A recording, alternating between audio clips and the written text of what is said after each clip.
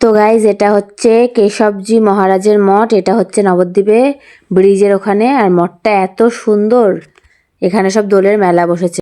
হচ্ছে মন্দিরের ভেতরে ঢোকার দরজা এত বড়, আর মন্দিরের ভেতরে পাঠ কীর্তন হচ্ছে। এখানে এত মানুষের ভিড়।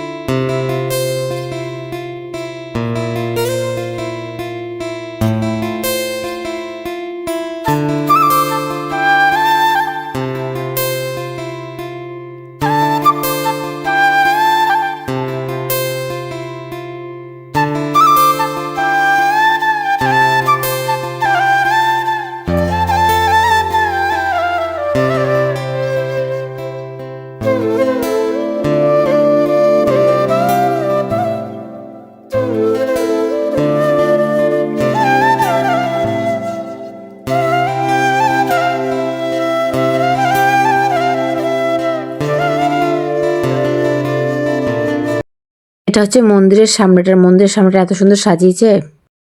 তো গাইজ এটা হচ্ছে নবদ্বীপের নতুন শুরু হয়েছে মন্দিরটা, শিব মন্দির। এটা হচ্ছে মণিপুরের শ্মশানের থেকে খানিকটা গিয়ে। আর এখানে 35 ফুট মতো শিব আছে, এত বড় শিবটা। আর এইদিকে সব ফুল গাছ, সব মানে কালারিং ফুল রয়েছে। তো গাইজ দেখো এখানে এত কালারিং ফুল আছে যে আমি তো ফুলের দিকেই তাকিয়ে রয়েছি। আর এখান থেকে দেখা যাচ্ছে শিবটাকে, তাহলে শিবটা কত বড়। এখনো শিবটার কাছে যেতে আমাদের 5 মিনিট লাগবে।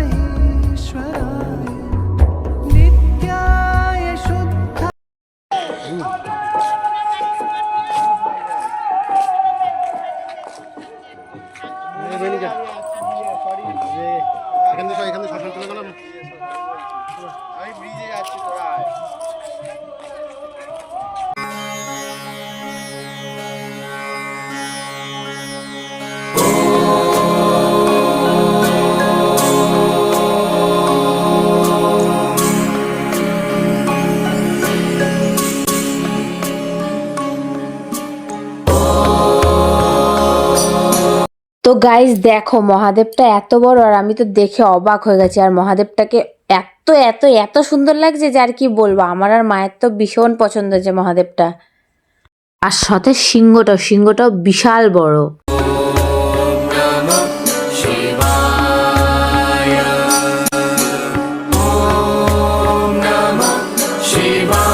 তো গাইজ আমাদের মহাদেব দর্শন করা হয়ে গেছে। আর মহাদেবটা দেখে সত্যি মনটা ভরে গেল। যারা যারা এখন আমাদের চ্যানেলটাকে সাবস্ক্রাইব করেনি অবশ্যই সাবস্ক্রাইব করে দিও, সঙ্গে লাইক কমেন্ট আর বন্ধুদের সাথে অনেক অনেক শেয়ার করে দিও।